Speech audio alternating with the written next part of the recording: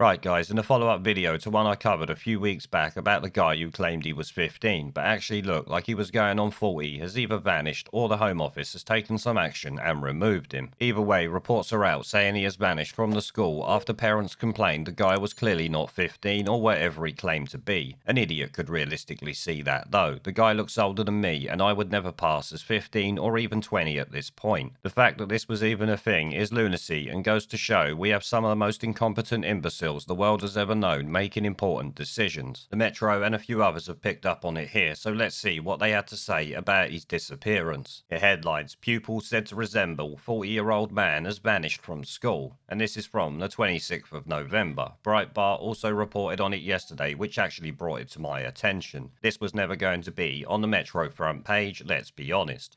Parents had demanded answers after the asylum seeker's classmates took pictures apparently showing the student with a receding hairline. The Home Office launched an urgent inquiry into the reports when they emerged in October, but is now refusing to give any further update, which back in October is what I actually covered, so maybe it was more than a few weeks ago now. But either way, in the picture you can see there, he is definitely not 15 or anything close to it. Parents of children at the school in Coventry have since told metro.co.uk that the schoolboy did not return to his upper year group after the October half-term, but they have not been told why. One said he was at the school up until half-term but didn't return after that. Well, there are two options on what he actually did there. One, they removed him and have put him somewhere else, or realised that he's a 40-year-old man, come to some common sense and sent him home maybe. Or failing that, he's realised that the shit's hitting the fan and he's just done a runner, and we now have an illegal immigrant just cutting about the country any way he wants. No one knows if it was because the school, realising it's not normal to be boarding at secondary school, the Home Office investigation, or the media interest in the case. Well, if the Home Office have moved him out, then I expect it's going to be a combination of all three. Either way, he seems to have vanished.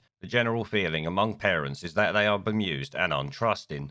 Parents have been told that sharing images of children is wrong and is a form of bullying. They have not been told what action was taken. Well, they should be pretty safe sharing his image because it is certain at this point that this guy is certainly not 15. Two other parents also said that the student had been removed, with one saying she had contacted the school to ask why. Schoolmates had questioned his age after he enrolled in October and pictures emerged in which he appeared to be balding. He doesn't appear to be balding, he is fucking balding. You can see it from the pictures, it's beyond doubt at this point. After one of the images was posted on Facebook, more than 70 parents responded, with many saying they intended to take the matter further. One said at the time pupils were coming home saying there's a man in our class. Some were even saying they reckoned he could be up to age 40, and I would have to agree with them. He could easily be 35 to 40 years old at this point. Shit, he could even be older. He has a thin hairline and apparently he has no birth certificate or passport. He might be the right age, he might not be. No, he certainly is not 15. That is a fucking given. I don't care how stressful your life is, your hair doesn't recede like that by 15 years old. They demanded answers after the council said in a letter that procedures which it did not specify had been followed in checking the pupil's age. In other words, they didn't do any checks at all, let's be honest. It is understood that the Home Office then launched an urgent investigation into the reports. In October, a spokesman said, "Our asylum system is broken and in drastic need of reform. We will seek to stop abuse of the system while ensuring it is compassionate towards those who need our help, welcoming people through safe and legal routes." Yeah, but we all know the Home Office doesn't do that. They use the border fast to ferry him over the channel. It goes on, however, the Home Office has since refused to comment further on the case and has forwarded all requests for updates to Coventry City Council. A spokesman for the council also refused to comment, so they're just kicking the can down the road because when it comes out, this is going to make them all look like a bunch of cunts, and rightly so. They have put every single child in that school in danger at the end of the day. This cannot be allowed. I'm not surprised they have refused to comment there. And the rest of the article is just talking about a case from Ipswich in 2018, which I covered last time around. You can go and watch the other video if you want to see about that. But I do have to say, the fact that the council won't say anything and the Home Office is being very tight-lipped about it suggests to me that he could have just done a runner. Maybe they didn't remove him at all and he's just run off. So they're hoping if they stay quiet, they can just sweep it under the rug until they try and find him, which obviously they probably never will.